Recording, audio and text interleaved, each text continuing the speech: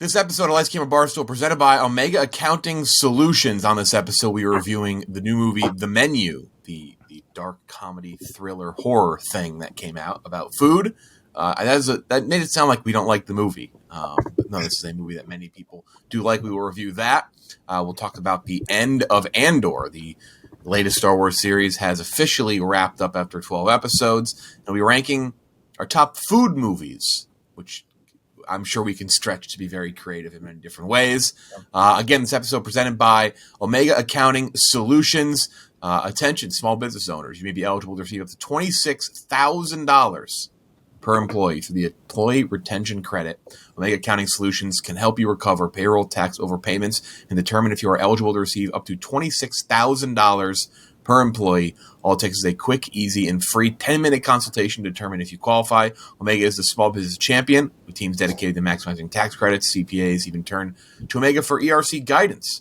Take advantage of the exclusive small business tax credit now. The 3-year sunset deadline for filing begins to close March 31st. That's not that far away. It's almost December of next year, 2023, by the way. Not that. I thought it was 2024. What are we like? It closes soon, March 31st, 2028.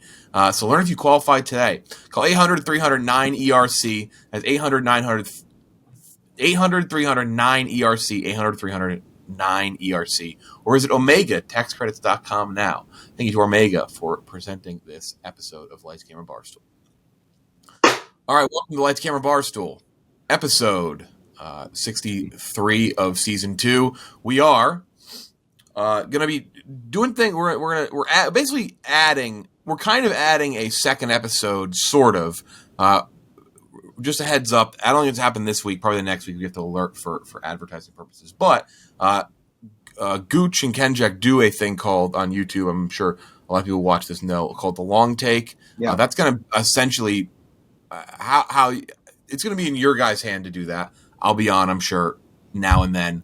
But that's going to be more of like the movie news type thing. Drafts. That's going to become basically the second podcast episode. So not much is changing there. But this, unless there's a massive news thing, this first episode of the week will have less news. Like there's just no news today. Literally. So it was a slow week. Yeah. It's all, Thanksgiving, all that. So. We can talk about Zoe Saldana's GMA interview. I was just watching that. She calls James Cameron Jimbo. Jimbo Cameron. She calls him Jimbo. If you're Jimbo Cameron, you're gonna be called Jimbo if you mean like Jimbo Fisher. If you're a coach.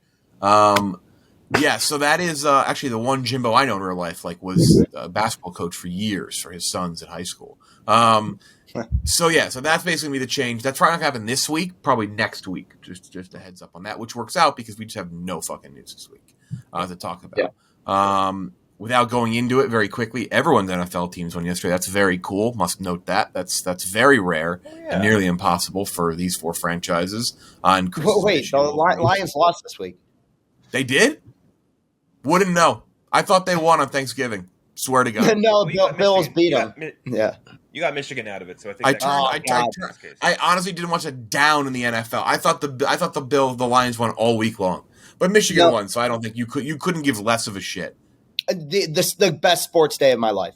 The best sports win of my entire life. Yes. Pretty unbelievable. Barring a disaster, Michigan likely going to the college football playoff. What's up, Gooch? The best win of your life? Yeah. They played in a national championship. Like less, I guess it's been a decade now, but oh no! In basketball, we've done it. We've gone there twice. That's second, 2013. And 2019. No, I'd say it was better. They preserved an undefeated season. But it wasn't, dude. They didn't win. They beat the ever living fuck out of Ohio State. That was the best part. It was no doubt, fucking 3 touchdowns. Best win ever. Best win ever. We are not reviewing the Fablemans today. We'll be doing that next week. We've all seen it, though, right? Not everyone's seen it yet. But when does Glass Onion drop on Netflix? I think this week, right? No, it's not until like Christmas Day. Okay, so then it'll be, unless I'm missing something, we'll be reviewing the Fablemans next week.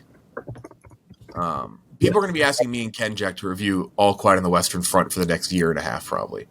Yeah, I haven't. Have you guys seen that? Yeah. Yeah, I got it. I got to watch it. Yeah. We should just split up our review into like 1 minute every podcast from now until Oscar season. There's a lot of movies coming. Yeah. Yeah. It's quite simply solid. So Glass Onion, the 23rd of December. Wow. Okay. Also, Netflix released their box office numbers. Of course. Wait, so Glass Onion's not out till December on Netflix? Mm-hmm. I mean, I guess we're going to wait till Christmas to review it then, because I just think most people are going to see it on Netflix. Yeah. It's hard to do that. We're going to talk Andor now in 1 second, but I also will drop any other shows we're watching. There is a Disney Plus show I did watch this past week that was really bad. What? Oh, Tim Allen? Really, really, yeah. Just You talking that Tim Allen masterpiece? did you watch it?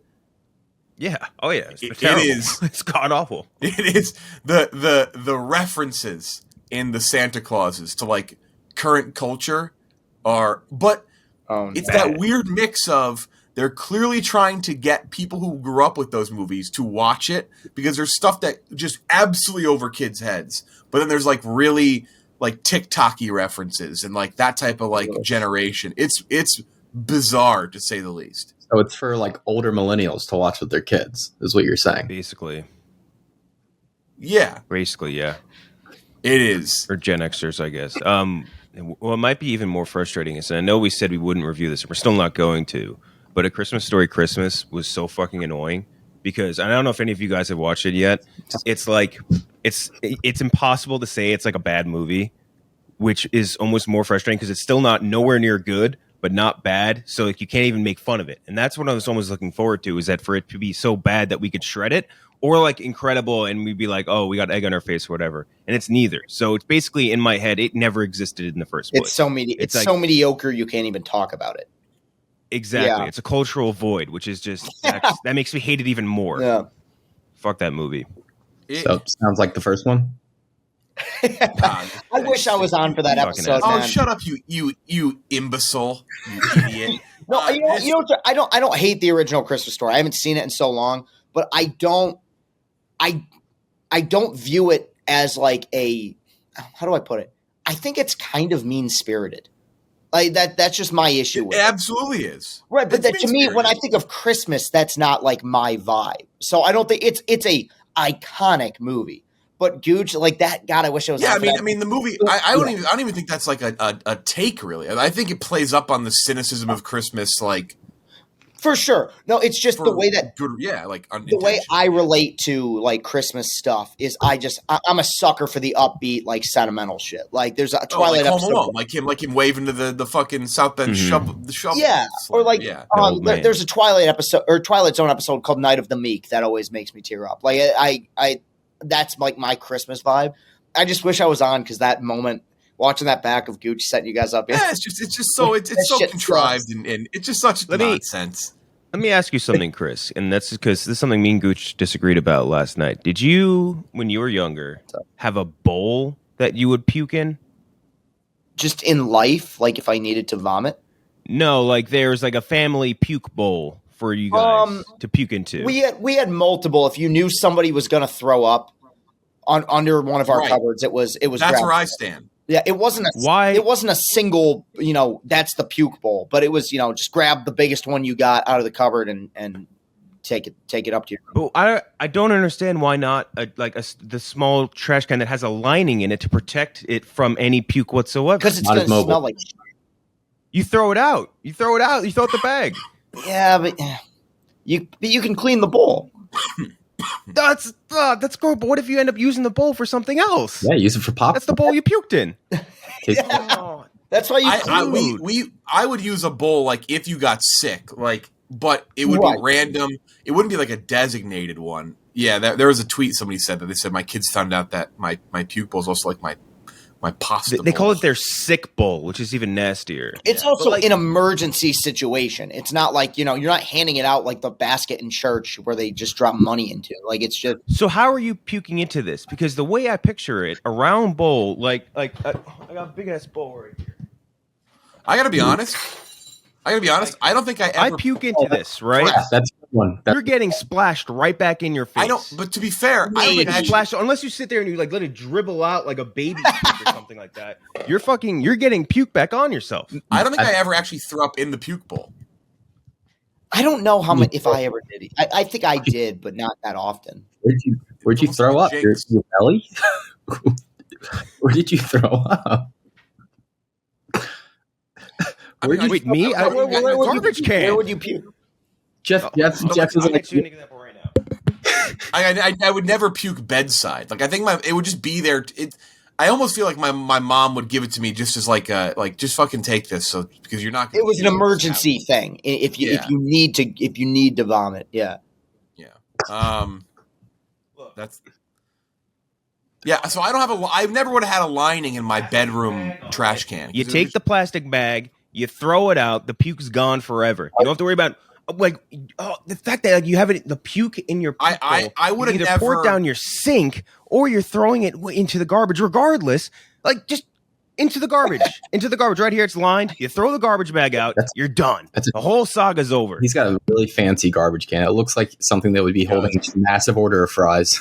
Yeah, I don't think I ever had lining in my bedroom trash can though, because it's always for like papers and stuff. Yeah, the bathroom one too. Like this is my trash can in my room. No way home. That would even be better. Spider. So that's that. Christmas and puke. Anyway, anyone watch Spirited, the Will Ferrell, Ryan Reynolds one? Yeah, not yet. Did not. How was it? We'll do that. We'll talk Guardians of the Galaxy Christmas. We'll do that. It's not December yet. Just like yeah. I wasn't really gonna watch the Santa Claus one for a while, but I was back home, with my family, and we always watch Christmas. My sister and I, let's just watch it. It's just the Peyton Manning thing it's weird. Also, wait, what? I'm stunned.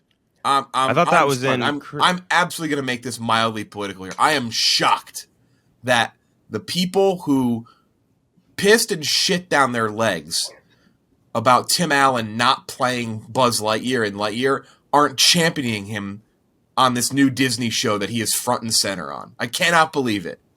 They stunned. don't care. Huh? It's weird. They don't care. I'm for. Also, there's a moment they tried to redo the Topo Gigio part, and it just doesn't work. Like they tried to capture the magic of it, it just doesn't work. Also, 3 episodes in, no Bernard. Spoiler alert. You got to keep going. That's how they keep you in. It's like the you big dragon Bernard reveal in Game of Thrones. This episode brought to you by Allbirds. Winter's here, kind of. I don't know. It's close though. And outdoor adventuring becomes a little tougher in terms of on the old footwear. That's why Allbirds got the Mizzle collection, which just sounds like a holiday shoe, designed for those who won't take snow for an answer. The Mizzle features built-in puddle guard technology. Oh, I know. To keep the winter wonderland where it belongs, not in your shoe, which is great if you're in big cities, because big cities, you wear nice shoes in big cities, dunzo, goodbye. Those shoes are getting thrown away by April. With Allbirds, you'll enjoy the added comfort of treading lighter on the planet. Built-in premium materials, low environmental impact as well. It's a big thing with Allbirds. Allbirds put the carbon footprint right on the shoes. You can see the difference it makes, and they offset that footprint to 0, making their Mizzle shoe completely carbon neutral. Kendrick and we've been talking about Allbirds just before we even had sponsors for the show. Mm-hmm. I don't know what more do you need to hear us say? They're always coming out with brand new things too. And Allbirds look like a shoe. You're like, oh, those are so nice. You can dress them down. But like, not only that, like they're gonna stay nice too. And that's the key thing. And they're not. Sometimes nice shoes in the winter they stay nice because they look like crap. They're dumpy shoes that just have. But no, Allbirds look good and they stay good too. A holiday season. Make sure either put it on your list, put it on someone else's list. Get the Allbirds Mizzle collection. Discover your perfect pair at allbirds.com. That's ALLBIRDS.com. Andor wrapped up. Thumbs up. Good show. I don't know what's next. I guess Mando in February? It's a ways away. I will admit this helped bridge the gap pretty well, considering how long we've had to wait. It did. It was a long. I mean, there's a lot of things that they're going to take away from this. You hope. You're starting to see the campaign already. By the way, why did I have ABC on last night? Actually, I don't think I did. Oh no, I did. I was watching college basketball. I had ESPN on, but they're pushing Andor pretty heavy now. Mainstream commercials. It's going to have that whole, they had the whole cable release thing. Like, they're going to try and get people to watch this, and I think it's going to be a big factor into how they do these shows. Like, but I don't think it should be. Like, they should spend more money. They should care about writing. They should care about storytelling. They should care less about just pleasing fans and doing stuff that is, like, worth watching. I'd rather them miss on this than miss on Obi-Wan. Like that, I mean, because that was, like, egregious. But I thought it ended great. I thought the ending finale and like the build up to like all the Marvel stuff was fucking awesome.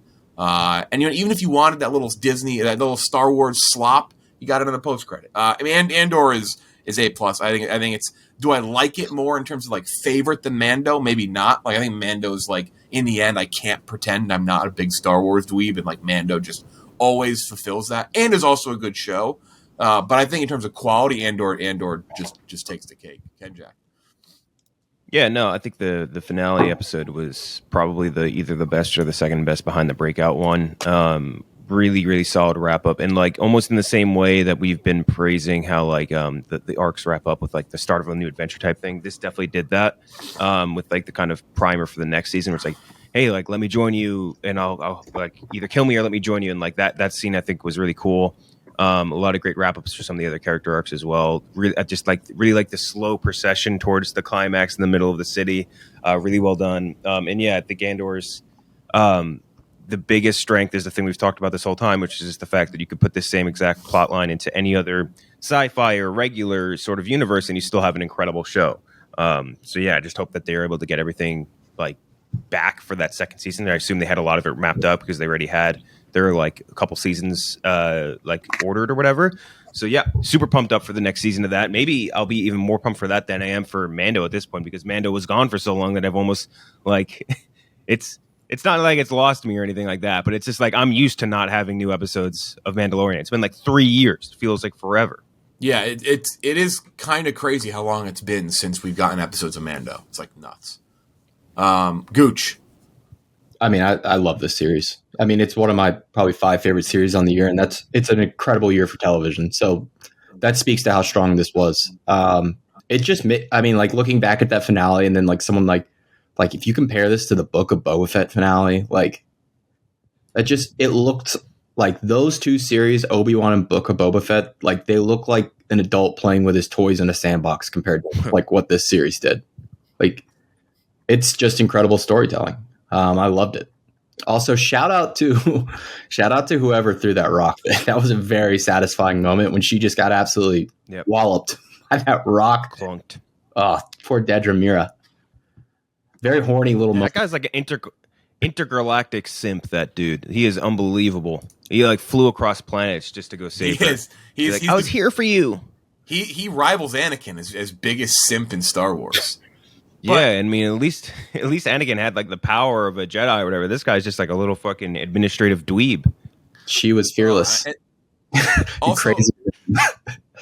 She was also, as clean. Like, they didn't give in to like the backroom kiss. I thought we were gonna get a Kylo and Rey for a second. I'm like, no, don't kiss. I was like, I don't want to see him kiss. But they gave you enough tension where you're like, oh, this guy's a little bit of a simp, a little bit of a perv, maybe. Chris, you've said like you've liked the show, said it's good, but like, what would you want next from Star Wars series? Not Mando, obviously. I think everyone wants Mando, of course. No, not Mando. I'll tell you what I want out of Star Wars right now. Okay, because I get a lot of heat for just coming on here every week and saying it's good. Oh wait, sorry. There is small news. Bob Iger's back at Disney. Well, we talked about that last week, right? Yeah. So, but they mentioned that Star Wars. There's gonna be more Star Wars movies. That did get mentioned. Like that's gonna be a thing that kicks into gear kind of soonish because it's been at a standstill. So keep that in mind. Yeah. Well, I mean, I guess to the people who've had that criticism, I say you're right. If you still like Star Wars, you will really like this series. I don't. I'm done with Star Wars. I think it's a creatively bankrupt fucking franchise. It is and it has been for about 40 fucking years. They're the Detroit Tigers. I just get my hopes up every time with every Star Wars property. This is the one that's going to be good, and they hit once every 5 years. I've just had it. Like Andor is fine. If you like Star Wars, you'll like the show. It does nothing for me. You understand when I got hired here, outside of Robbie Fox, I was probably the biggest Star Wars fan at this company. It does nothing. Maybe. And as Jeff sits there with my friend, that's a bold take, my friend. Look at that little dweeb with all his toys in the background. I get it. Bold take, my friend. You know what? I could pull out my bucket of Star Wars toys I got sitting 10 feet away from me. Steal my lightsaber? That's what we should turn these podcasts into, just a show and tell between you and Jeff. We could do multiple episodes about that. It's just I don't know what to say. If you're out on this, like creative, like it's time to hang up the cleats. Yeah, that's my thing. I am not calling it a bad show. Not going to call it a bad show. I no longer care about Star Wars. I no longer. It has gone the way of many of the properties we've talked about. It means nothing to me anymore. I'm no longer excited for any Star Wars property. So what I want, to answer your question, Jeff, is for it to be done so it can just stop being a part of my life. I just don't I don't need any more Star Wars. Never going to happen. Of course, Gooch. I'm aware, but no, I don't. It does nothing for me. It goes through me like fucking fast food, and you shit it out like diarrhea, and that's just what Star Wars is, in my opinion. At this point, it's a consumer product, run by the mouse, and fine. This one, really, this is, and I think this is one of the best parts about Andor. It doesn't feel like at any point they're trying to sell a toy. At any point, even the best of even the best of the Star Wars stuff. You're not wrong with the corporate in there where it's this is a toy. This is just a toy. This very well could be the last time you get something like this, because if it doesn't really gain retroactive viewership and all this stuff, they may not do this again. That's one thing we haven't talked about here, is that the show has not done that well, in terms of viewership. A lot of people, it's not been bad, but it's not been Mando. Comparative to Mando, it's not been. I think they expected that a little bit. I don't think they expect this to be a big bombastic hit, given what it is. But now it kind of needs to be. But we'll see. We'll see. Does it though? I feel like this is they want to be able to have that show that they can hang their hat on, where it's this is an Emmy winner, not a Mando, but I'm talking about for screenwriting, the Prestige Awards, not the production design, stuff like that. That makes sense. I get what you're saying, but did you guys really think this was that well written? Yeah. I gotta be honest. I think if you don't think it is, I think you're a little dead wrong on that. I think your cynicism is taking over on you a little too much. It is going to have a quality of writing. Yeah, I think it's gonna have if you don't care for it like that, I do totally get that. I do totally get that. I'm actually surprised more people like this than they do. I'm surprised the amount of people like this do like this, because there was a moment, I think I said on the show, and I think Kenjack may agree with me too, because we watched it first. When we first watched it, I was like, oh, we loved it. I'm I don't know if a lot of people are going to love it. And then a lot of people did end up liking it. But I think the writing is going to get a plethora of knobs. I think, to your point, Chris, I think even if you look relatively within the Star Wars universe, it blows all that shit away, which is a very low bar, to be fair. Right. Then when you go look relative to other things that'll end up being in the award show field, titans of screenwriting like Emily in Paris, it blows shit like that away without a doubt. And if you look at it, even the stuff that's going to be in the top tier, it's going to be stuff Succession and other HBO dramas and shit like that. Yeah. I would say Severance, stuff like that. It's going to be, I think, in that conversation as far as incredible screenwriting. I think it's tough not to take a lot of it with a grain of salt, because it is Star Wars. But again, you change some character names away from Ham to John. You change the location from Space Miami to regular Miami, and all of a sudden this is a top tier espionage drama. So that's where I think it's very different compared to a lot of other sci-fi things out in the field right now. What if we tell you Boba Fett's going to win, going to get an Emmy nomination for writing? Best Rancor, if they had an award for that. That was a great scene. I got to give it to him. Oh, and then the best world shot. Best steampunk representation. Best steampunk biker shot. I remember I was trying not to be too down on Boba Fett, and it didn't bother me as much as some people did. But I remember when those bikers turn the corner in their chase. I remember kind of just going, Those bikes were It's the slowest those car bikes chase. had never been So ridden ever. They were the I remember cleanest like bikes. yeah, and on They're on the dustiest planet of all time. It's like I just remember being like, it think seemed he, like like, they're going a little Rodriguez- slow, huh? Rodriguez was like confused too because like those are like doo-wop Vespa bikes, and then they were just like steampunk dudes. It was just like a kind of a tonal mess in that sense. He didn't really know what to do there, but I don't know. Who was in that It's still not as episode? bad as the. What was Wallace forget. Shawn? No, it wasn't Wallace Shawn. Stephen No, Root. there It was was- Stephen Root, I think. Yes, Wallace Stephen Shawn Root would was be one of great. the it's still not as bad as the Obi-Wan Anakin Obi-Wan fight where there was just no music. There's just nothing happening while they're just fighting each other in like a pitch black field. I can't believe that shit still. Unbelievable. I watched an episode of The Nanny with Wallace Shawn the other day. Why was he on an episode of The Nanny? Why were you watching The Nanny? Oh, The Nanny's wait. great. Never mind. For a second there, no. I was Nanny's confusing great. The Nanny with what's the show with the British nanny that would come to people's houses? Is the Nanny Oh, British? Kid Straight. Is the Nanny British? Is Jeff just? Is this a British? No, that's Fran. That's Fran Drescher. No, the what Nanny- Jeff's the talking Nanny about. But could- I was thinking of Fran Drescher could not be less like she could not be less British.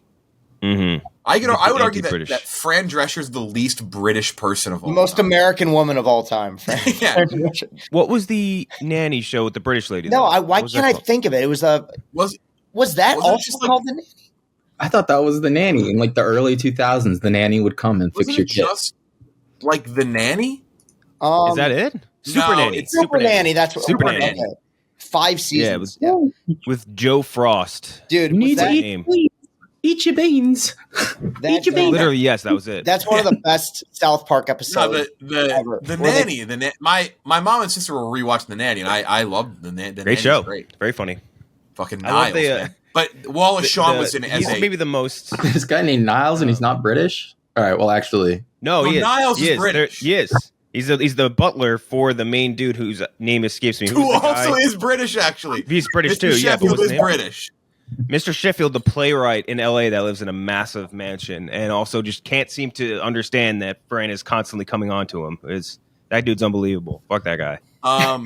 Love Niles though. But Niles Wallace rocks. Shawn is in the episode. He's trying to buy into Mr. Sheffield's like Broadway, like he's trying to buy like finance a play, and he is just a horny perv the whole episode. Oh, Ooh. what movie was horny he in? perv. Was Wallace Shawn in Marriage Story? Was that the movie he was in recently? Wallace Shawn in Marriage Story? What? Was he in- Wait, Wallace Shawn is the voice of Rex in Toy Story, right? Yeah. Yeah, he was in Was Marriage he in Story. Marriage Story? Yeah, he was No that. fucking way. Yes, he definitely was. He was Yeah, you're right. the- He was. the annoying guy that kept telling stories about, like, you know, I used to be on Broadway and shit like that to Adam Driver. Yeah, he was. It's. wow. I love that movie a bunch, but he was really. Wallace Shawn could tiptoe into the quietest room, and you would still know he was there, just because just that It's right. just the Mhm. presence and voice. Inconceivable. He's also, he was in I thought Criterion is sick. he was Blair's stepdad. He was a great character in Gossip Girl. that's That our makes thoughts sense on that he's in Andor. Gossip Girl, I Also, guess. did anyone watch Wednesday? I did. I watched the first 4 episodes with my mom. It's Is it good? it's fine. It's fine. Oh, that's a bummer. Yeah. I mean, it's like I'm Jen still not Ortega's into cool, but like everything going on around her is just kind of boring. It looks great. I'll say that like the design is really cool. Very Tim Burton. What was the last great thing he did? Who? Tim Burton. It might show up in my food movie draft. Fuck, I don't know. Oh, what? Just kidding. Dude, What, that I just sent? I mean, if you fucking put that in there, I don't even know what I'm gonna. I don't know what I'll do. If we're thinking of what I think you're thinking of, His last movie that we have buttered on our website, so 69 or above, would be Frankenweenie. I guess Sweeney Okay. Todd. People like Sweeney Todd. I like Sweeney Todd, yeah. Trill Ballins loves Sweeney Todd. I like I'll Big never Fish. forget Halloween, senior year of high school. No one dressed up in my school really, and this one kid came in like full ass Broadway quality makeup Sweeney Todd in school. And I'm not going to say his name, but he had one of the all-time names. He had. I just don't want to say his name on here. That's basically the real life version of that Babadook meme. His name was. Guys, like I thought I was it's like that guy that like goes to the party that he's like he thought it was a Halloween party, but it was just kind of a regular vibe. But he's dressed like Babadook. Like just I just texted you guys the name to the group. All-time name. Confirm it's an all-time name. What a ridiculous name that is. And he just came dressed as Sweeney Todd, and he had like the razor, like the fake razors. We're like, wow, okay. Wait, a guy with that name has to dress like Sweeney Todd. Don't say his name. I'm not trying. No, I'm not going to. I'm just like, no. Gooch almost did it. I'm gonna do it. Big Fish. Did anyone like Big Fish? I like Big Fish. I like Big Fish. You know what? That movie Wide Eyes that he did, I actually thought was, from what I remember, was pretty good with Christoph Waltz and Amy Adams. That was okay. But like the best Tim Burton movie to me is Ed Wood. That's sure. I think that's almost like universally. I feel like almost everyone says that. You know what my favorite Tim Burton Batman will always be probably the. You know what my favorite Tim Burton movie is? My favorite Tim Burton movie is Pee-wee's Big Adventure. Pee-wee's Big Adventure. We were just talking about that the other day. Yeah, is one of the greatest fucking movies ever. Pee-wee fucking first movie we ever downloaded. Really? For some reason, it was like when we got internet, we got like just dial up or whatever, and like it was our first CD drive, which I stepped on as a kid when it was opened. That was not a good moment. I remember we downloaded Pee-wee's Big Adventure. It took like 3 days to download. I love that movie so much, man. That movie's so goddamn funny. Now I'm just getting flashbacks of downloading the Attack of the Clones trailer on dial-up internet. It took forever. 15 hours. This episode of Light Camera Barstool is presented by the Ridge Wallet. Not just the Ridge Wallet, but the old. I got the key thing, by the way. I need it so bad. Look what's going on. Like my keys just fall off. I just they fall off. What a loot! Oh no! Oh, nothing like the flimsy keys. Those are lame. It's been a problem. I keep losing one. Like it's not good. 2 Ridge things. The Ridge Wallet, slim minimalist wallet, holds up to 12 cards, plus room for cash. That's big. Over 30 colors and styles, including carbon fiber and burnt titanium. Got RFID blocking technology too. Protects you from digital pickpocketers. And then the key silhouette. Secures anywhere from 2 to 6 keys. Organizes your keys in a compact, small silhouette. Easy fold out. It's like a Swiss Army knife. 6 colors and styles too. It's great. Get the best offer at Ridge, RIDGE.com/LCB. And save up to 40% through December 2nd. Great. Both these are great Christmas gifts. If you're looking for small Christmas gift things, this is it. This is it right here. The Ridge Wallet. Check it out today. Ridge.com/LCB. Save up to 40% through December 2nd. Welcome into the investigation where we'll be looking at one of the most salacious and mysterious cold cases ever documented. Who is Sharon? And why did she leave Kinjack? For the first time ever, we were able to get an exclusive interview with the woman behind his heartbreak. Okay, ma'am, please state your name and your relationship to Mr. Kennedy before we get started. My name is Sharon, his second ex-wife. And Miss Sharon, in your words, what event led you to leaving him? Well, you see, it was a lot of things. The biggest thing is that he wouldn't stop forcing me to watch anime with him. Well, I'd say it's normal for guys to have hobbies, don't you think? Sure, but this was less of a hobby and more of a life devotion. Ma'am, I don't follow. What does that even mean?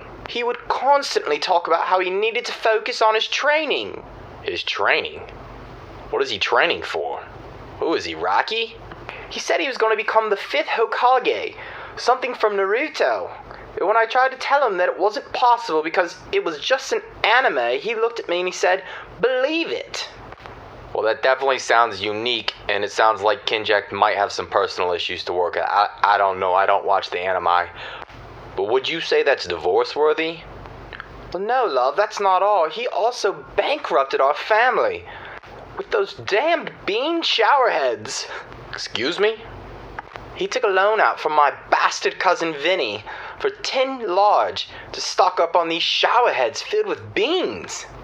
He said they were the shower of the future, but in reality it just made him smell like a British person left in the sun for too long.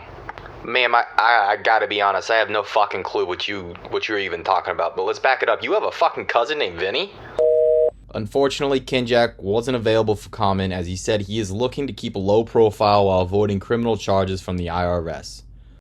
We'll continue the investigation at a later date once I look into this Naruto character.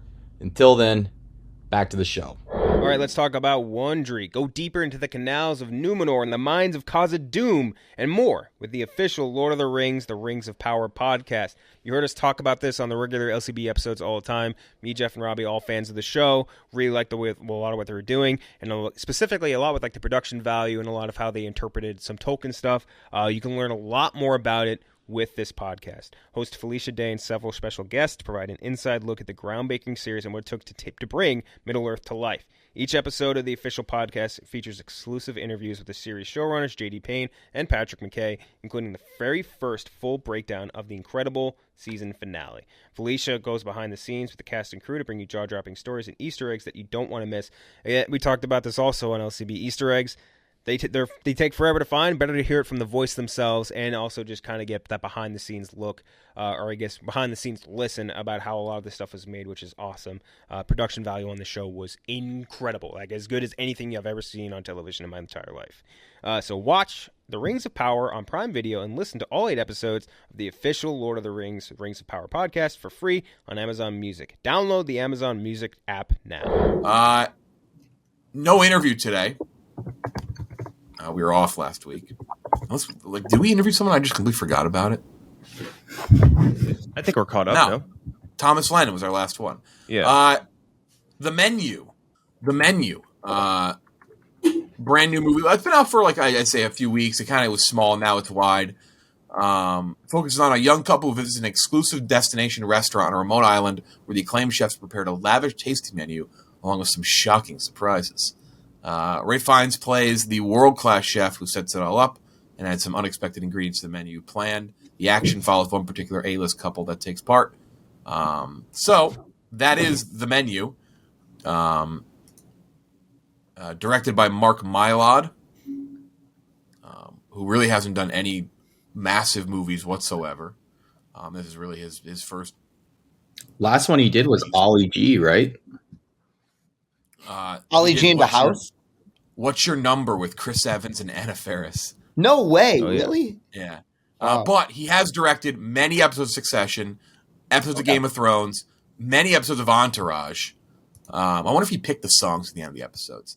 And that will make sense when you see who produced the movie produced by Adam McKay and Will Ferrell. Yeah. Gary Sanchez Productions is the which I thought was ending.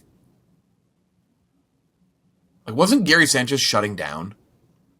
I think this is the last one, no? No, it's not. They have more. Yeah. Oh, maybe it's the last one with the partnership of McKay and Farrell. Maybe the company's not dead. Maybe it's just their partnership. They had their falling out. A lot of people in this. Ray Fiennes, Anya Taylor-Joy, Nicholas Hoult, Hong Chow, our good buddy John Lasagna. Johnny Legs is in it, playing a great role. A lot of small bit characters, too, bit actors and characters. A lot you'd recognize from Succession. Also, one man from a show we've talked about many times on this show. This is for you, Ken Jack. I don't know the actor's name off the top of my head. I always forget it. But he played a character in a show we've talked about a long time. Are you talking about House of Cards? Oh, yeah. You're talking about... Oh, yeah, Blythe. Donald Blythe. Donald Blythe. Donald Blythe. Yeah, Donald that's right. Blythe's Donald a Blythe. pussy. I love seeing that guy. That was that character's plot line. Donald Blythe's a big pussy. But he's going to be in my back pocket. Reed Birney, yeah.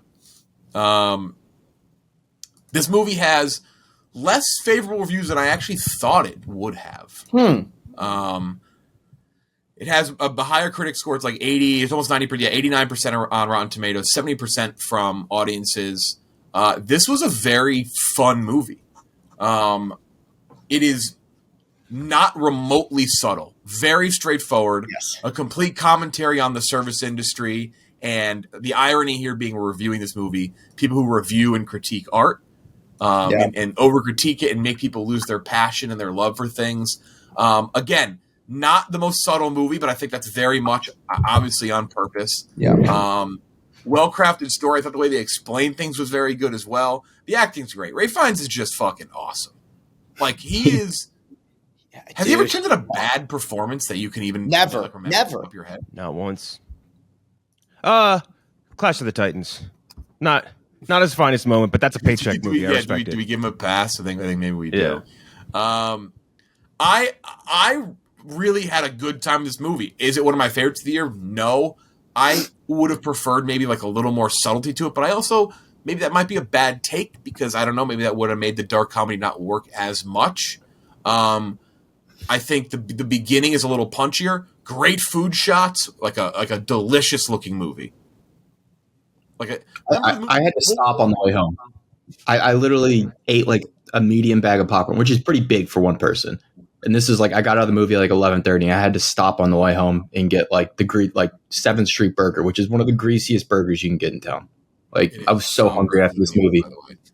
I think part of it was the title cards on each item of food, which was very smart. I like those shots. There's a food we want to talk about later that like didn't look too delicious to me, and I say to this is why I don't like that movie. I really had a good time with this. I thought this was very well made, looked great. Ray Fiennes is awesome. I don't think anyone else like totally stood out for me though. I think that was part of why this is not like top tier of the year for me, but incredibly solid, well above good, just not great, but a high recommend for me. I'll give it an 84 out of 100. I really like this movie. I really liked it. Ray Fiennes is awesome. And I just want to remind you that I should he been nominated for an Oscar? No. But I think you can be no, not for this. You can be award worthy even if you don't win.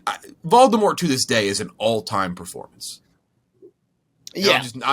I will always stand by that. I think him as Voldemort is like an award worthy performance. Yeah. But he's great. Ken Jack, what do you think about the menu? So I'm like I echo a decent amount of yours as far as like how you feel about the dark comedy element of it. It definitely there was an air of pretentiousness in the movie that it didn't totally turn me off, but like it turned me off a little bit. And it felt to me a little bit like a light version of an Ari Aster movie, maybe in part because of like the delivery of a lot of like we'll say like horror, tension, or suspense moments, but also in the ambiance, like a lot of the darkness, like with Hereditary, added on to the fact that they used the same composer, and it felt like he used a lot of the same musical beats as Hereditary. And that's like not a huge deal. That's not a big deal at all. I always thought it was going to be the same composer, but it's a composer who his last movie he did was New Mutants, which was just a bizarre back-to-back movies to film is the Menu and then the New Mutants.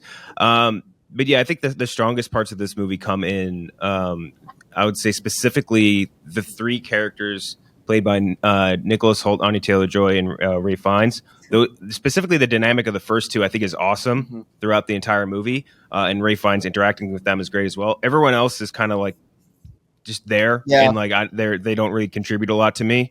But still, I would agree that I would say it was very fun in a sense where like you're not watching this movie to like I feel like see a very heightened dramatic performance. It's more about like the commentary and like the humor element of it. Could it have been a little bit like less like, oh, we're a very smart movie? Yes, absolutely. Yeah. I think that would have made it much better. I think you're making the point that I probably should have made more like about the subtlety, because I think the subtlety, lack of it was fine, but like you're right, it's a little, it's like a little too unsubtle maybe. It just feels at certain points in the movie where they're just like, oh, we're smart and we're class conscious here. It's like, no, you're not. I know you're not Michael Mayotte or whatever. Like, I know for a fact you're not. Like, none of the people on this movie outside of like the crew are. Like, it's one of those things where it's like it feels to a degree a little bit hollow in the way they're messaging, maybe, and just that adds on to or that's influenced by like the fact that it does feel a little pretentious. But still, like the humor I think worked really well. Like the laugh out loud moments were really good. A lot of the dramatic moments where like they shock you, they really get you, are really interesting.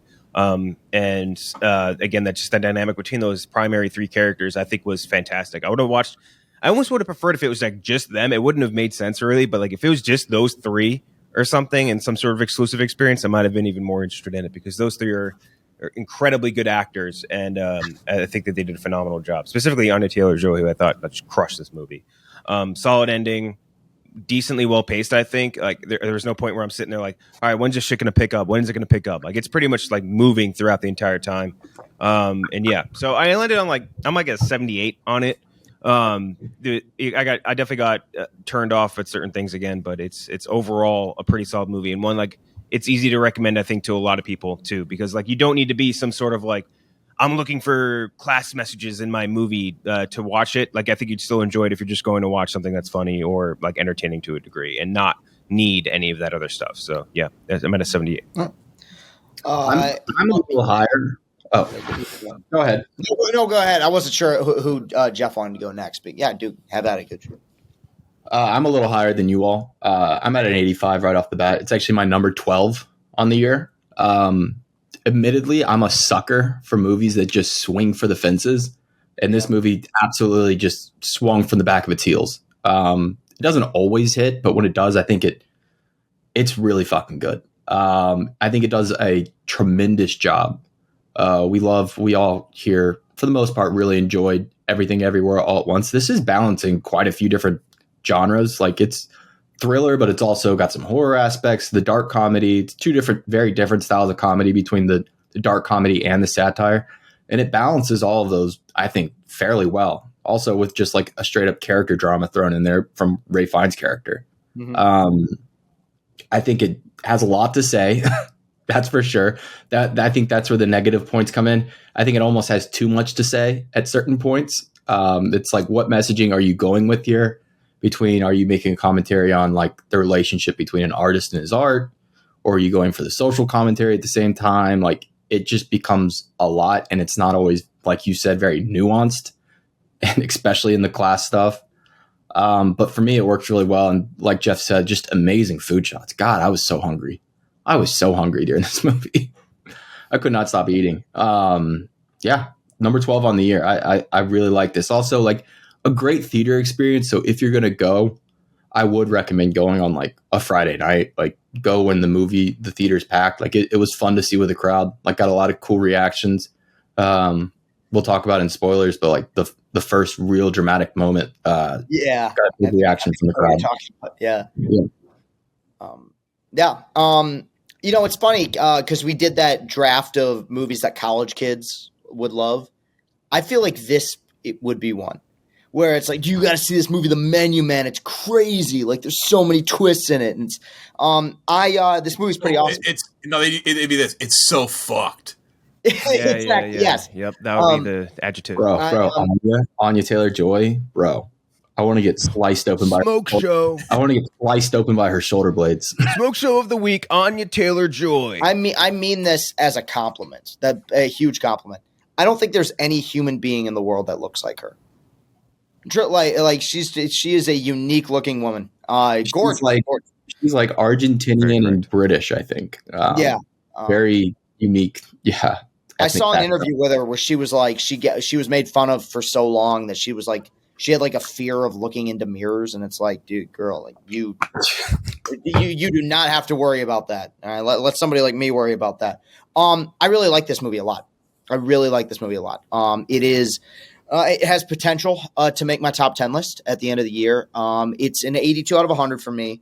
There's certain things right off the bat that I love. I hate chef and food culture. Like I hate the whole yes chef, no chef shit that goes on. I think that shit is so the brigade kitchen. I think that's as if they're in the military, and just the way that it skewers food culture. Chris, real quick. Yeah, go ahead. My dad he was a chef for like my first 15 years of life. Now he doesn't work in the kitchen anymore, like more manage stuff, but he actually went to culinary school through the military. Did he really? Oh, jeez. Swear to God. No, it's funny. He hates he hates that shit too. No, it's not to say that chefs are bad. It's just that whole culture of, this. He agrees. Yeah, like it's like it's a battalion is ridiculous. And the way that this thing just makes fun of the Instagram life of like I'm gonna take pictures of my food, shove a scallop up your ass, make me a batch of chicken tenders and call it a day. But anyway, that's the side point. I love the way it's directed. This is very random. I really like the title cards of all the dishes and what they did with that. I thought that was really funny and amusing. I'm glad, Jeff, that you referred to it as a dark comedy because I wasn't sure throughout a lot of the movie because the movie was making me laugh, like just with how insane it was, and I couldn't tell if it was. There's almost like an American Psycho-esque element to it where I'm like, was this supposed to be something that was on the nose with its comedy? But what carries this truly, and we've all talked about it, is a powerhouse performance by Ralph Fiennes. You know, Jeff, you and I were texting about it last night about how he's great and everything. And I love Harry Potter. I think we all love the Harry Potter movies. He is more terrifying in this to me than he ever was as Voldemort. Like, and he's great in those movies. But I think this is it's the one disagreement we're going to have. I think this is an Oscar caliber performance. This is one of my 5 favorite performances of the year. I think he carries this entire thing. I think he is unpredictable. He's terrifying. But just as an actor, there's with every role he plays, there's like a discipline to his performance. Like he's never unhinged as an actor. You always feel like he has a semblance of where he wants to go with every one of his roles. And in this, carries it the whole way. I think that it's a movie that's going to pick up some steam. I think it's going to have some legs and do better at the box office. And maybe it already has than some people think. It's an 82 out of 100 for me. I really did enjoy it, though. Like, I just appreciate it for being a movie that is unpredictable. I'm really done with predictability when it comes to so many films, especially genre films. And this, a lot of twists and turns. Shit, sorry.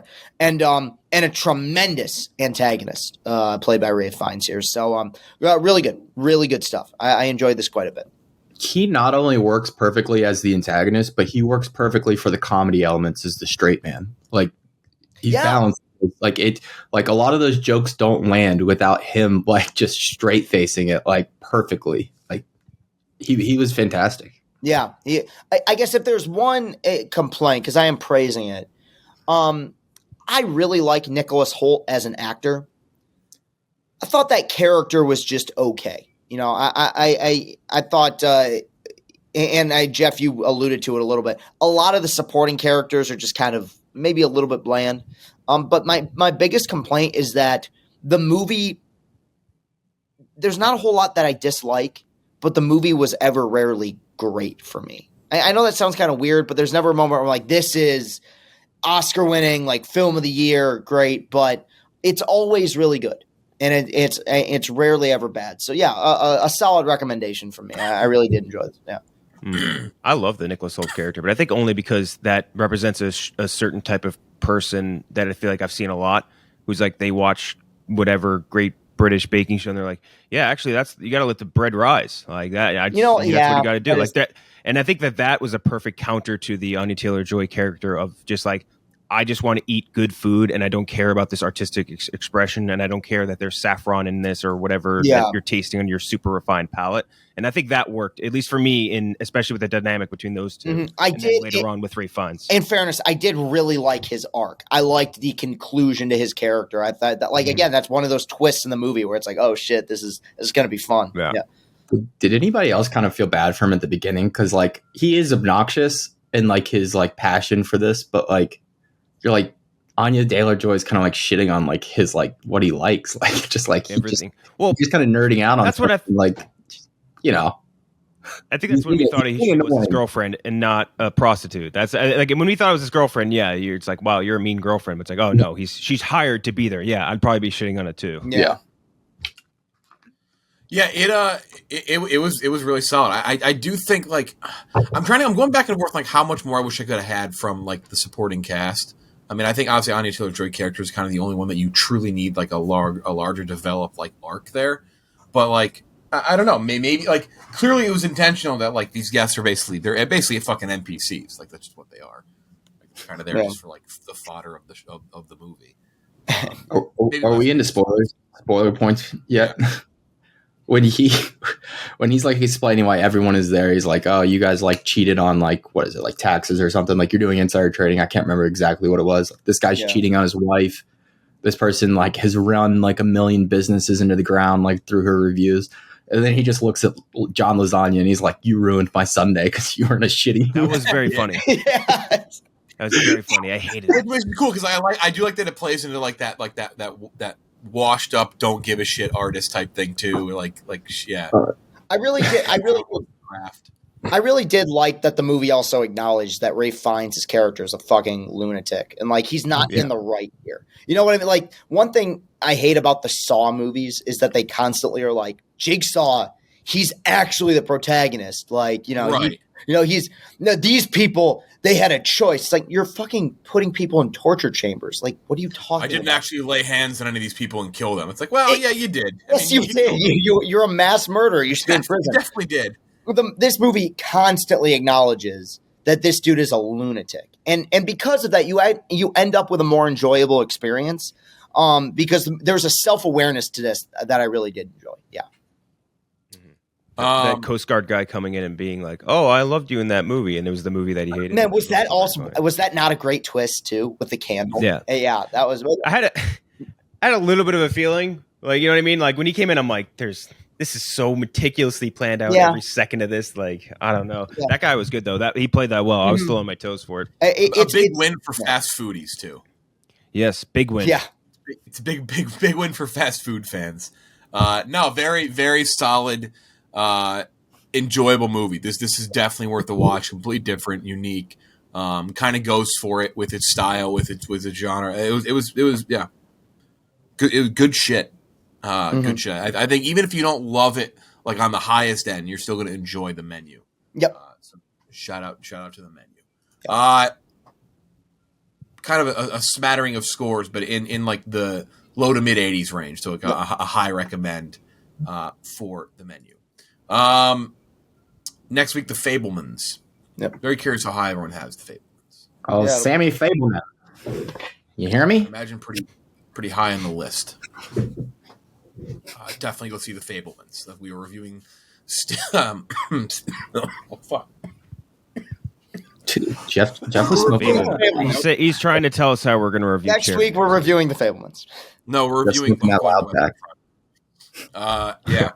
I was smoking on that Boost Mobile. That's our next fucking ad read here. Boost Mobile. Sponsoring many things in our lives recently. We're related to the Dozen Trivia competition at Barstool. Also, shout out, if you're listening to this. No, Cyber Monday's over. Boost Mobile, one line, $25 per month, unlimited data, talk and text, period. Gotta have unlimited talk. Who doesn't have unlimited talk anymore? Some people don't use the phone anymore. People only text, but you gotta have unlimited talk. Stephen Hawking. One line, $25 per month, unlimited data, talk and text with Boost Mobile. Gives you everything you could want in a wireless carrier. Pay for nearly everything up front and get exactly what you pay for it too. It's bigger, it's better, it's Boost Mobile. Unleash your power with Boost. Sign up for Boost Mobile today. Switch and save. You get all the stuff you need in your phone, but for cheaper prices. Don't pay a premium for the most. I mean, data, talk, and text the same across all the. Text is the same no matter where you pay it from. You're paying for text and talk and data. Shout out to Boost Mobile, sponsor this show, sponsor the Dozen Trivia competition, all that, and more. Ranking food-related movies. I'm going to say off top, the menu probably falls on my list given rating. However, I don't want to put it on my list today because we just talked about it. Okay. So I'm How can you not? That's rude. Ray Fiennes served and Anya Taylor-Joy ate. Come on. I want to talk about my 5 more. And my 5 is a fucking banger. As the synopsis says, a fable of emotional liberation and chocolate. That's chocolat. I just rewatched that the other day. Chocolat. Much more long-winded than I remembered it being. Yeah, Julia Binoche, Alfred Molina, Johnny Depp. It is very. I watched it very recently as well. Also, a great running gag in the movie "I Love You, Man." But chocolat is. I forgot about that. It is. It is a very long-winded. It does. It takes true. But it's chocolate. It's chocolat. That's my number 5 food-related movie. Ken Jack. My number 5 is going to be Big Night. Big Night, starring the boy himself, Monk, and the Tucci man, Stanley Tucci. Pretty solid movie. I think someone at the office recommended I watch this, and I had never seen it before. I forget who it was. It might have even been Rico Bosco. I don't know. But I really liked it a lot. Really solid movie about brothers in the restaurant. I would highly recommend it. A little bit off the beaten path. I think it was like late 90s movie or something like that.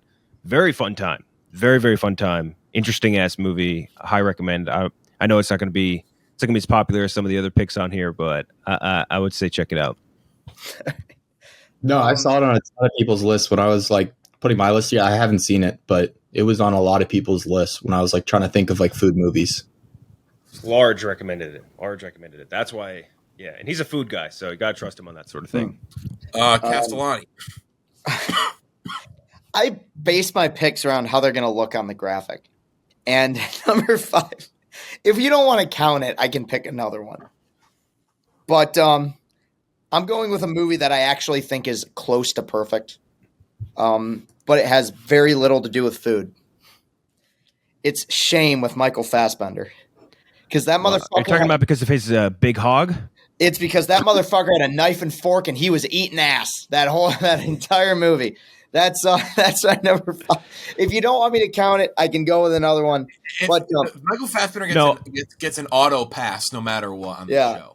I say yes because of the combination of eating ass and the fact that he shows off his massive hog. Yeah, in the movie, and his big fat meat. That's not my joke. I think it was Spill.com that made that joke about him with the knife and fork. But first of all, amazing movie. Like, I think one of the best movies I've ever seen and one of the best performances I've ever seen. But I just want people to look at the graphic and be like, what the fuck does shame have to do with food? Very little, but if you watch the movie, I don't think any character has ever been better at doing anything in any movie than Michael Fassbender was at having sex in that movie. That dude, he was just everywhere.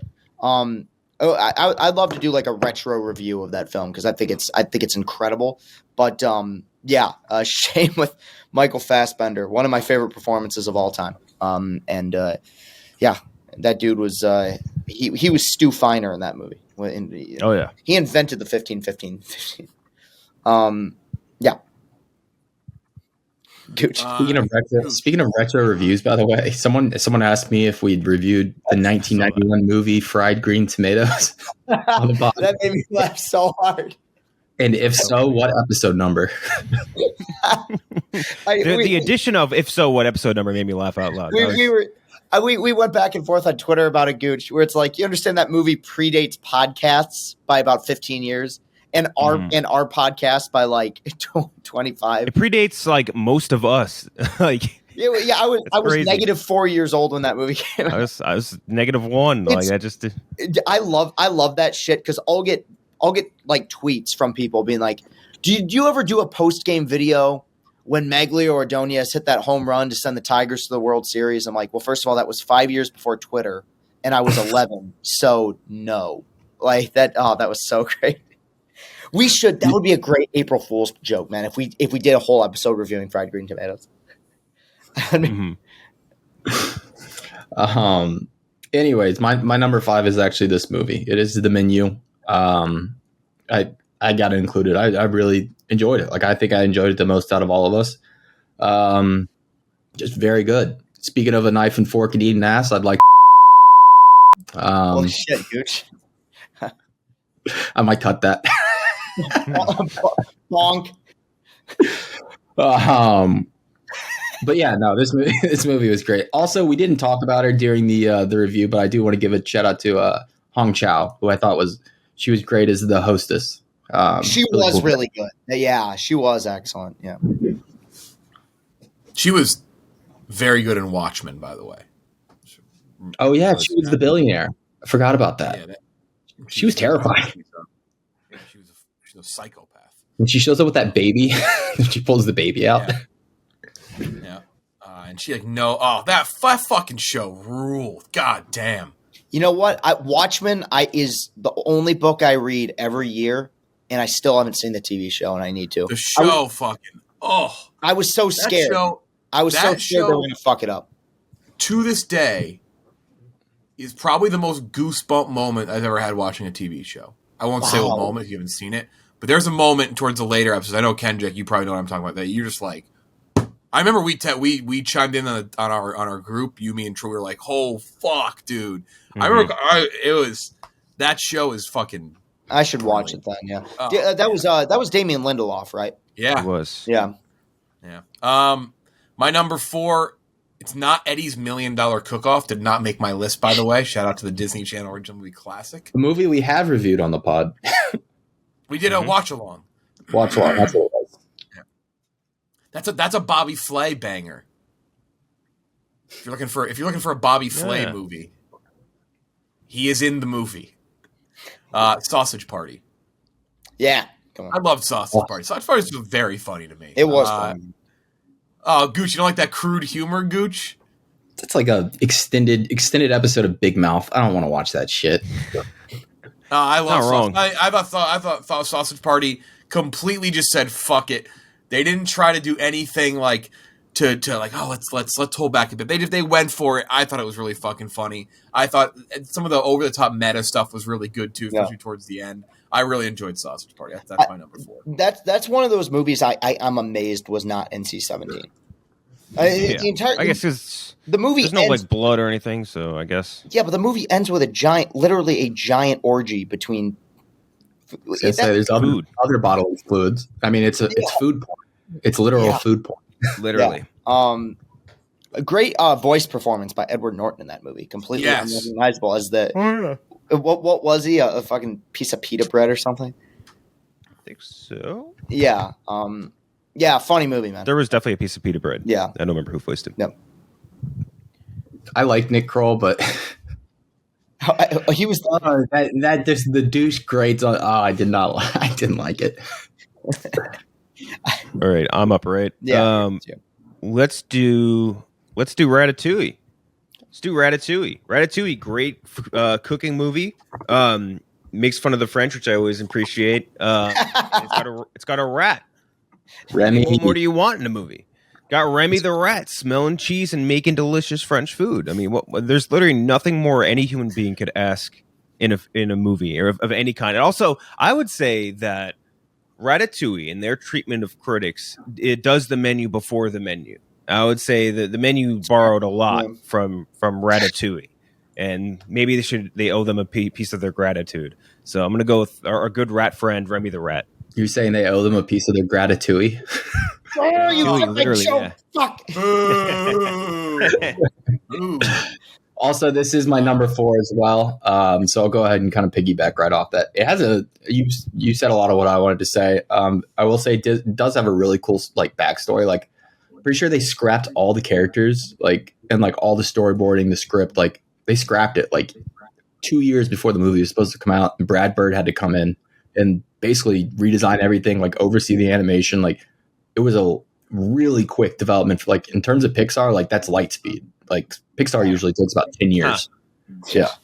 Good one. Yeah. The amount of times in this fucking podcast in which you I didn't guys mean to do that. What's that? He thought that I was making a joke about Lightyear. Was Lightyear. I thought you were trying to make a Lightyear joke there. Nope. The amount of times on this podcast in which you guys say funny shit that I so desperately wish I was smart enough to say or would think of is it's every week.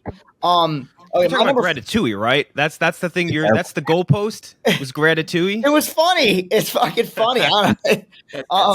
Second, Jeff. Joke, yeah. You guys humor. Yeah.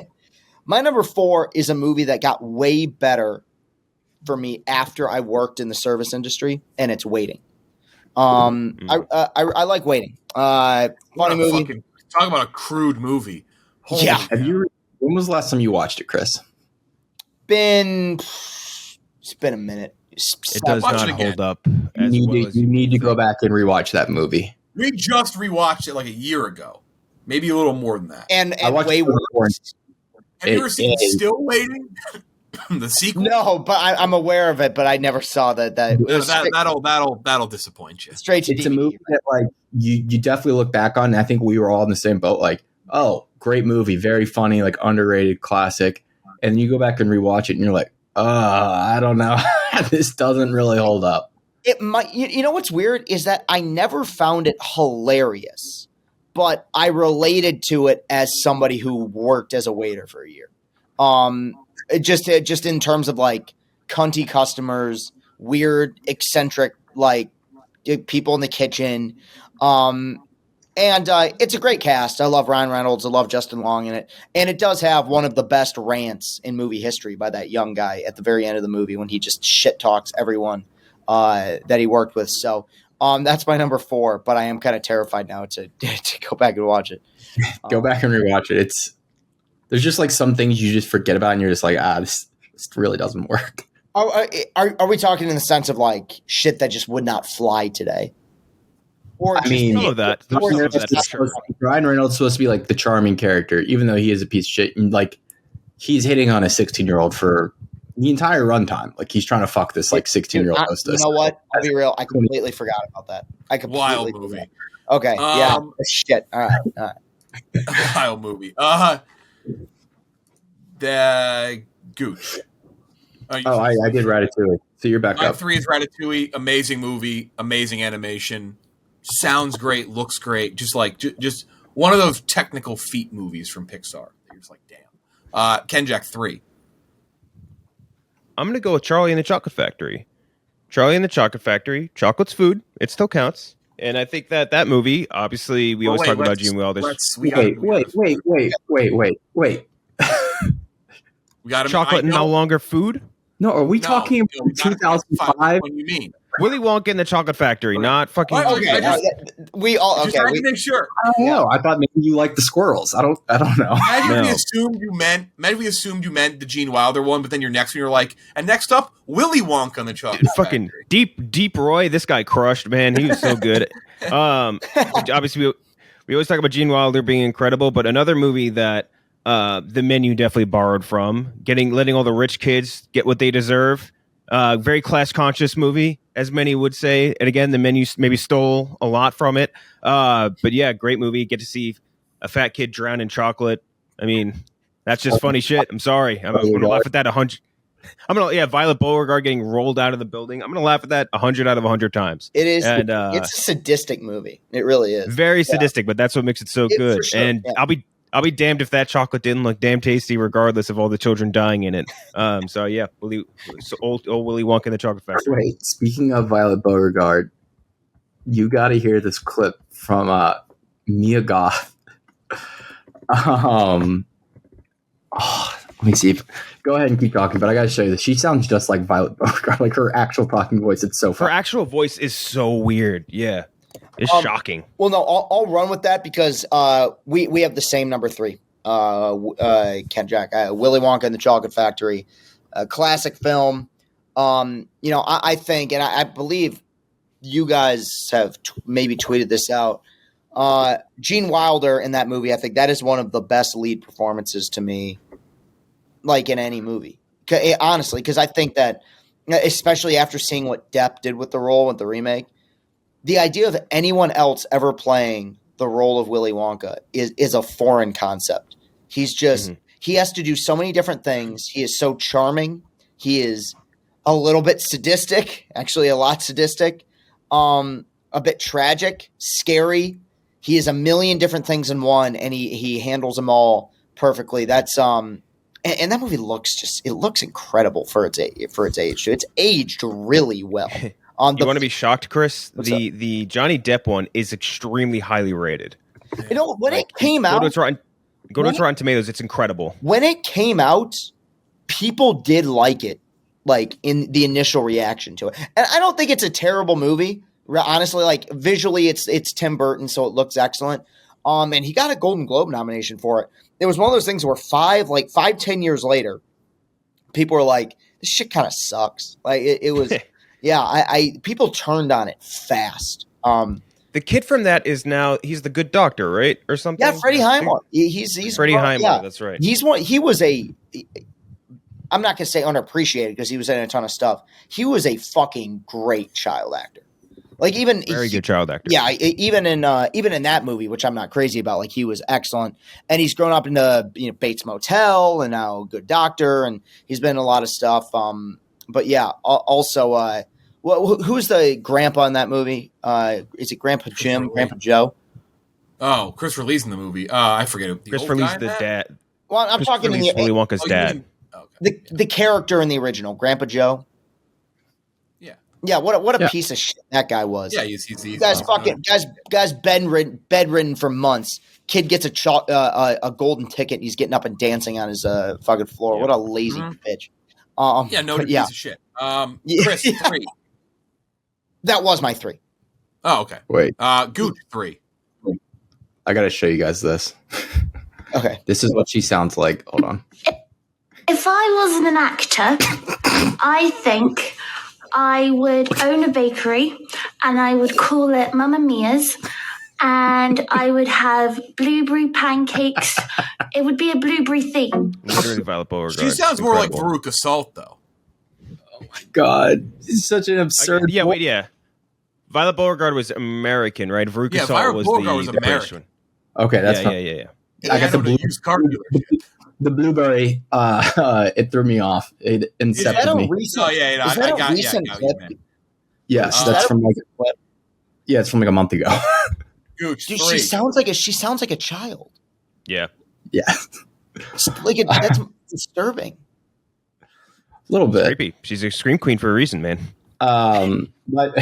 My number 3 is Chef, which I'm positive will show up on the list coming up, but it's number 3 for me. Probably one of the most. I think it's gonna be the most appetizing movie. I think it's easily the most appetizing looking movie. I mean, the meats that they cook. Oh, that Cuban is the most satisfying thing. One of the best binging with Babish videos. If you watch him on YouTube, him cooking that Cuban too. Oh, so good. Just incredibly endearing too. Like it's one of those movies you watch and you feel better immediately. Like Great cast too, man. Like everyone in it is super famous. It's Robert Downey Jr. is in it for like 10 minutes. Yeah. for half Yeah. a second. Yeah, and you got Dustin Before he Hoffman. Yeah, Michael Pena. bit of a vanity project for John Favreau, where it doesn't have to choose between Sofia Vergara and Scarlett Johansson. In that Yes, yeah. And Which one? he wrote the movie. So, but Was I Bobby lo- Cannavale a sous chef, I think, in that Yes, movie? yeah. No, yes. Yeah. and Fucking Joey yeah. Johnny Lasagna. John Leguizamo. Yeah, John Lasagna. Yep. Dude, yeah, what a 2 cast. for me is Chef. Like Gooch said, it's the most delicious movie ever made. Unbelievable fucking movie. It is the number 1 movie for me that I don't think you can show someone that movie and they're going to say they don't like it. It's the easy movie to show somebody and say, at least on the surface, they enjoyed it. Yeah. It's just good cooking. Ken Jack, 2. Yeah. For me, I'm going to do Pig. Pig starring Nick Cage. Good pick. Wow, didn't think. And it's a movie all about a chef. It's freaky as shit. It was one of my favorite movies of, I think it was last year, right? Yeah. Yeah, it was last year, not 2 years ago. Awesome movie, one of the all-time great Nick Cage performances. Really interesting world that they built, and some great food scenes. And I would note that the scene where he gets served by one of his former assistants or whatever, and like the speech he gives him, and like the way that guy acts it against Nicolas Cage is one of the great scenes of the last few years. Great dialogue scenes of the last few years, and just incredible acting. So yeah, That's with the Pig Man. That's a great pick. Pathetic that Nick Cage wasn't nominated for an Oscar for that. Oh yeah, I think that that may be, and I know he's won an Oscar.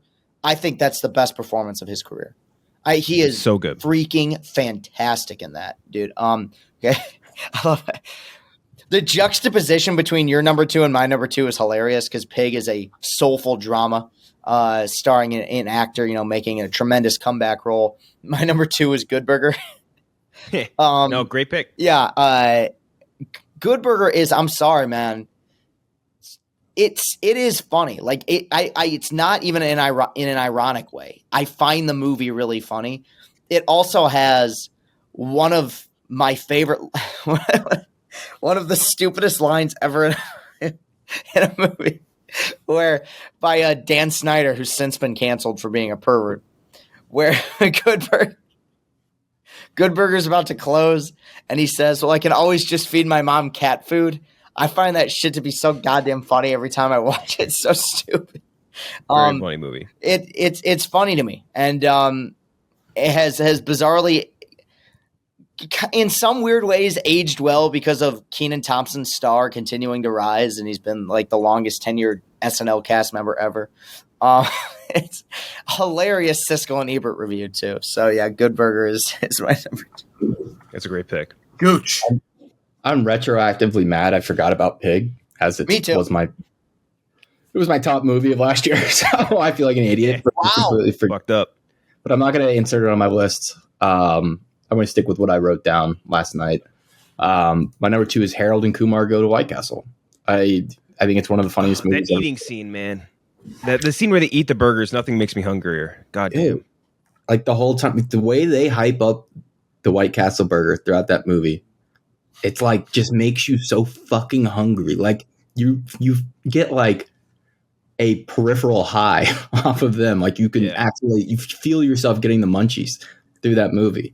And it's just all time funny. Like it really holds up well. Like it's still very funny. Like all the different like bits and running gags, like between Neil Patrick Harris, the twins, the twins at Princeton playing battle shits, like all that shit is so funny. Like it's hilarious. Also, Anthony Anderson is stealing the show for like 5 minutes with that drive-through. Puke, we're gonna turn this motherfucker down. So funny. So good. But shout out to Pig. Shout out to Pig. Pig is great if you haven't seen it. I think you can still stream it on Hulu. It's been on Hulu for a while, but definitely worth watching. Harold and Kumar, though, my number 2.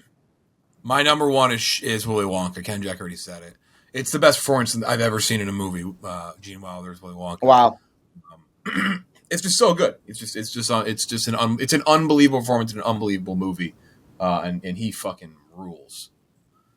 Just so good. It's charisma. Like it is the definition of charisma in a performance. Is there any modern performance like in recent history that you can think of that compares to that, where it's like no one else could have played this role? I feel like that's such a loaded. Jason Momoa and Aquaman probably is up there for me. You know what's to imagine bizarre? anyone else. But this is gonna sound. I'm not comparing it, just in terms of like no one else could have done this. Is Ryan Reynolds as Deadpool, or like Robert Downey Jr. as Tony Stark, where it's like Robert Downey Jr. as Iron Man in Iron Man it's not Gene Wilder as Willy Wonka. No. But that is a performance that is like culturally defining though. And that I think there's something to that. I mean, he was always mad he wasn't nominated for that. He was nominated for Kurt Lazarus as well from Tropic Thunder. Yeah, he should have. I went off, but he should have been nominated for Endgame as like a lifetime, achievement thing. But that's not the point. I'm with you. Iconic performance, great movie, great pick. Yep. Ken Jack 1. I'm going to go with Chef for a lot of the reasons you guys were talking about. Very, very endearing movie. One that, like you were saying, you could just watch with literally anybody and they'll enjoy it. And I think we talk a lot about, I feel like over the course of LCB, like just movie food, like the Cypher with the steak and the Matrix and all that. That panini, man, or that panini, that Cuban sandwich, man. It's ignorance is bliss. But that Cuban sandwich, man, I don't think anything's ever made me want a singular food item more than that scene. And man, it's just good ass movie. And another one, man, you definitely stole from it. Menu is just a stealing movie. Class consciousness, hating critics. Hello, ever seen Chef? No, I'm just fucking around. I really do like Chef a lot. Good pick. Also, when they go to New Orleans and get they go to Cafe Du Monde. What's the little the beignets? Yeah, they get the beignets. Those beignets look perfect. Oh, so good. You know what? That's a movie I need to rewatch because I remember liking it, but not loving it. I feel like I would like it more. I haven't seen it. I don't know, 8 years. I got it on Blu-ray if you want me to mail it to you. You don't need to, but I appreciate it. My number 1 is another movie starring a guy that has, I believe, since been canceled. But I always found it fascinating, and a reflection of. I think it's aged well as a reflection of kind of modern American society. Super Size Me is my top pick. No, Jeff's favorite, number 1. No. Do you hate Super Size Me? Why? Well, this is a cheat. You're cheating a little bit here because now you've opened a can of worms on a documentary because we all would have just had Jiro Dreams of Sushi in here. Oh yeah. Well, I don't know. It's a food movie. I feel like you opened a can of worms, but I fuck that movie. It's fuck him. He's a piece of fuck him. Well, why though? I want to talk. Why? It's just so fucking. It's self-cancel. It's just what a douchebag. Okay. I'm not saying he also is. Also, the only man didn't he self-cancel himself? Self-cancel. There were no accusations against him. I guess. Okay, the one thing that's bullshit about that movie that he never acknowledged is that the guy was a fucking vegan. And so in the scene where he's vomiting up McDonald's, like, of course you're going to. Like, you don't eat fucking meat. But I really did. We talk about it with actors all the time, like sacrificing, gaining weight, losing weight for the sake of art. Dude did legitimately eat McDonald's every day for a month. Like, it's kind of fucking wild. I always viewed it as a very fascinating movie. I really enjoy Super Size Me. It's funny to me that you hate it. It is. I mean, I don't think it's a bad documentary. Yeah. I will say as a counterpoint, I think if you just ate like Bubba's burgers and frozen chicken nuggets every day for the same amount of period, you probably still gain a lot of weight. Of course. I don't. That is one. That's another thing too, is that he chose McDonald's. I think the Super Size Me, or the Super Size idea, obviously was enticing, but it was also, look, it was influential. I mean, they put it in the end title crawl. Or that final snippet at the end where like the supersize moniker ceased to exist after that. Like, did you ever watch, Chris? And I'm curious if you've liked this, if you have seen this, the movie where he chases down Osama bin Laden. Where in the world is Osama bin Laden?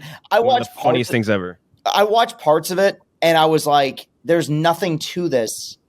Because he's not going to catch Osama bin Laden. He's like, yeah, I'm in Afghanistan. Maybe I'll find him. It's like, no, you won't. It's one of the most meaningless documentaries of all time. It's like me doing a documentary about trying to find Atlantis. Like, it's what are you doing? Exactly. And that was his big follow up after Super Size Me, right? Like, he didn't. What was the one, Jeff? We almost reviewed one, right? The chicken one. Holy Chicken. Yeah, that's right. Was that his? Yeah. Yeah, that was like the most recent one he did, I think. And then he randomly did the One Direction concert movie. Really? My number one is Willy Wonka. There's not much else to say about it, but Chris, you do know Super Size Me is like full of shit, right? Like that's they fudged a bunch of numbers. I'm aware. Yeah. Like he didn't log any of his food. All that movie does is make you want McDonald's. It's like if it came out today, it would just be a YouTube video. It'd be like a YouTube challenge. Like, oh, I ate McDonald's for every meal for a month. Oh, avocado guy or whatever. I was yes. It's like what's Also, like, what was he trying to prove that like eating fast food was bad for you? Fast food is unhealthy. The Super Size is bad for you. Yeah, no shit.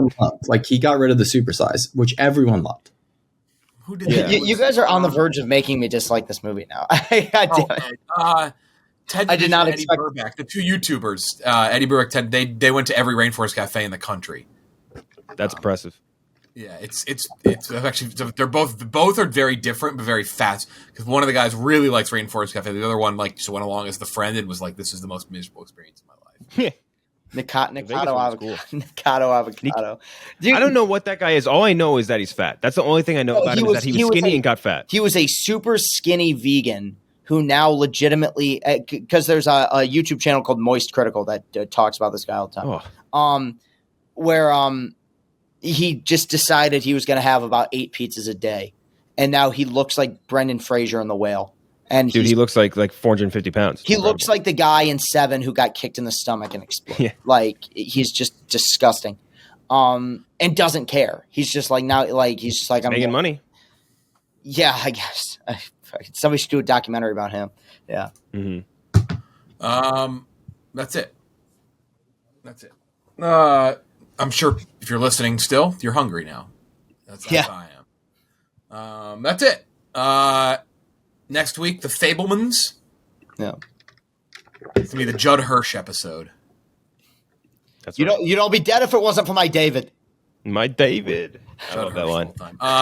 That's it for Ken Jack, for Gooch, for Chris. I'm Jeff D. Lowe. We'll talk to you next time.